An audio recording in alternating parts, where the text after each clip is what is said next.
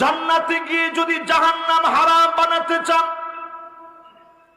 8 প্রকারের মানুষ হওয়া লাগবে। কয় প্রকার?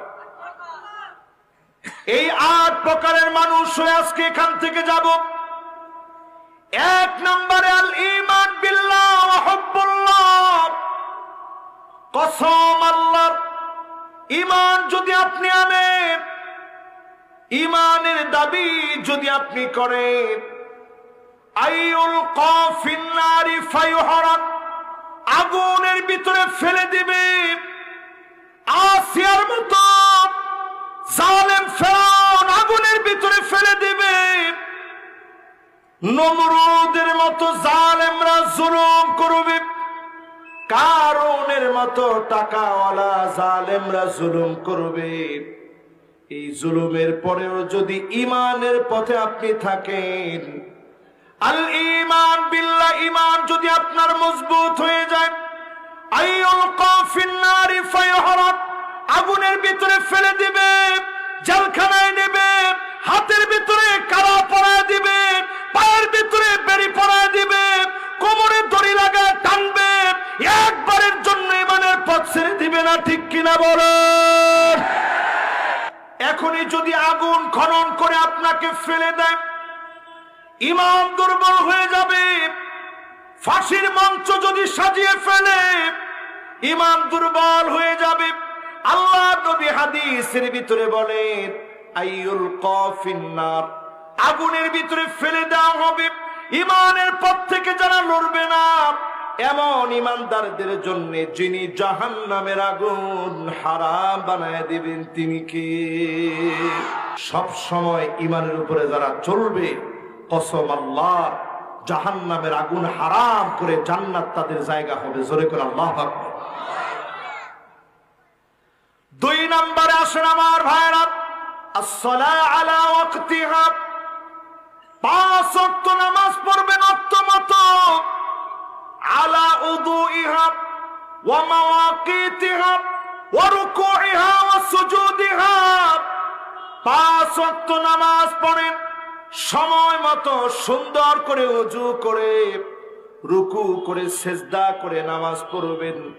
হারামাহুল্লাহু আলাইহিন নার।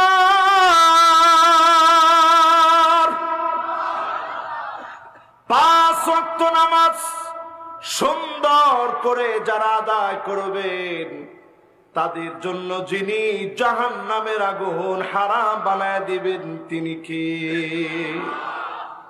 এখানে যারা বসছেন, আজকে যদি আমি আপনাদেরকে একটু কষ্ট দিয়ে প্রশ্ন করি, ফজরের নামাজের সময় মসজিদে মুসল্লির সংখ্যা কত?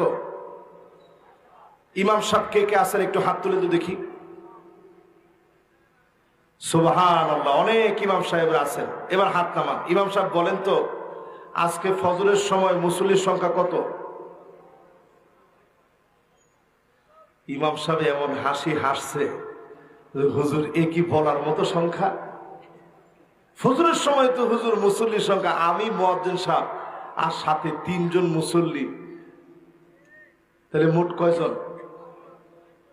এবার সাতক্ষীরাবাসী শুনে রাখেন, লা তাকুমুস সাআতু হাত্তা তুত্তাখাযাল মাসাজিদু তুরুকা। এই জমিন আল্লাহ ধ্বংস করে দিতে শুধুমাত্র 5 জন নামাজি, যারা ফজরেও নামাজ পড়েছে, নিয়মিত নামাজি, তাদের জন্য দুনিয়া যিনি টিকায় রেখেছেন, তিনি কে? তাহলে চিন্তা করে দেখেন, আমাদের দেশে 2 নাম্বার হাদিসের ভিতরে যাদের জন্য জাহান্নামের আগুন হারাম, অধিকাংশ মুসলমান নামাজের দিকে আসতে পারি না, শুধু জুমার নামাজ পড়ি।